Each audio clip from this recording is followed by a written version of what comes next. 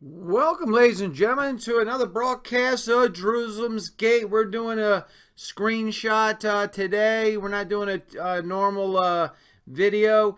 I got a video that's coming up after this brief introduction. I tell you, ladies and gentlemen, it is at a critical level, the suffering in Syria, particularly around the Idlib area and the surrounding area. It's the women and children and men are suffering unthinkable suffering. You know, I'm not trying to tell you to be for or against anybody. All I'm saying is I've been reporting this war in Syria for years, and it is getting worse. I mean, it seems like the whole humanitarian crisis is being ignored by the world. Hospitals, medical facilities are being bombed. I'm not saying they're doing it intentionally, but there have been a lot of hospitals bombed, and there's no place to live. There's no place to go with their families. I mean, can you imagine being in their situation? When you watch this video, just try to imagine yourself in that position. It's absolutely horrible, ladies and gentlemen.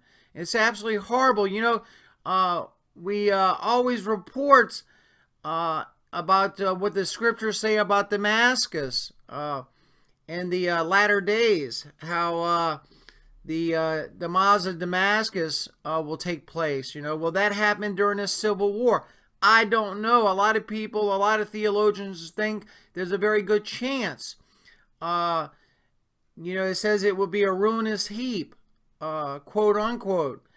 That's coming from the scriptures, the Holy Bible. That's not coming from me. That's coming from the scriptures. I'm just quoting what the Bible says about Damascus, and that prophecy is yet to be fulfilled. And I've showed you that passage many, many times. But here's this video. When you watch this video, ladies and gentlemen, imagine you, your wife, if you're a gentleman, and your children,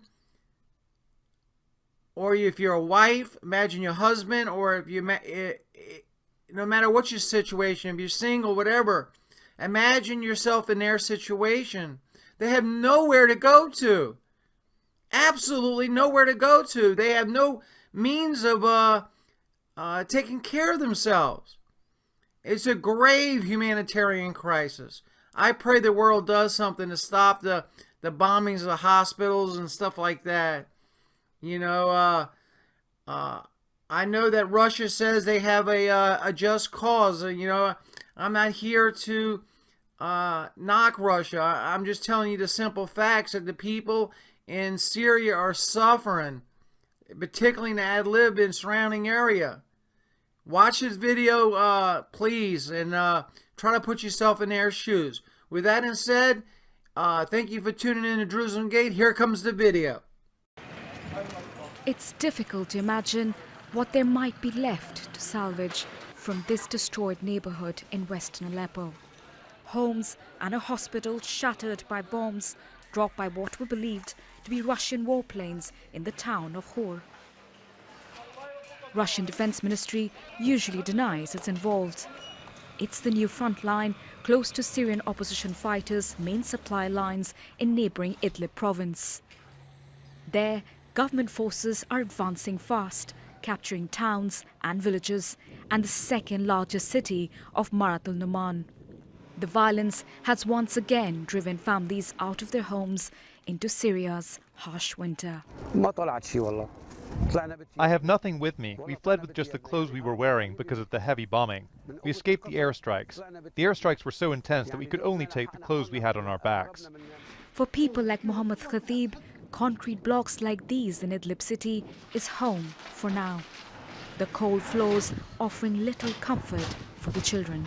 The situation here is catastrophic because we can't find a place to live in. We are here, 4 families in this place, where there are no windows or doors. We don't even have water. More than 3 million people live in Idlib. Half of them are internally displaced. Businesses are suffering. People say they simply cannot cope. The trade is badly hit in the city. The displaced people don't have money to buy anything. They can barely find a place to live. What we need are places for these people. Apartments or houses without windows and doors are hosting 4 or 5 families now. Can you imagine? 30 people living in one room. We can't even find tents for the displaced.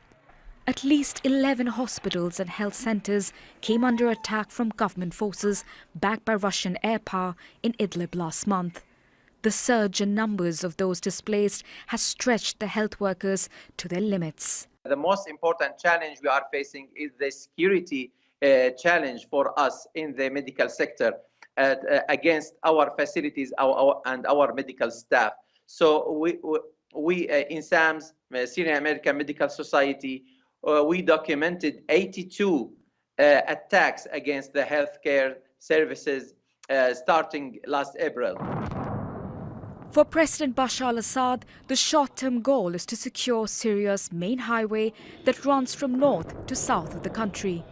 The larger plan is to capture the entire province of Idlib, the last major stronghold of the rebels.